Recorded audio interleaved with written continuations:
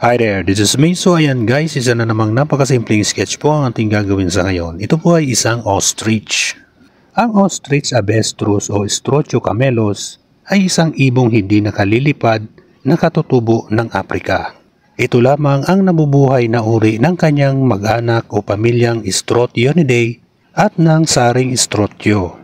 Kakaiba ang kaanyuan nito na mayroong mahabang leeg at binti at nakakatakbo ito sa bilis na 65 km per hour o 40 miles per hour.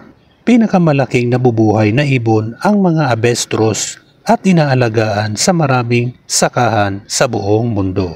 Ang pangalang pang-agham na avestrus ay galing sa salitang Griego para sa kamilyong maya dahil sa mahabang leeg nito. So ayan guys, patapos ng ating pag-i-sketch. Ako po'y nagpapasalamat sa inyo sa walang sawang panonood nyo sa aking mga simpleng sketches. So ayan guys, tapos na nga po.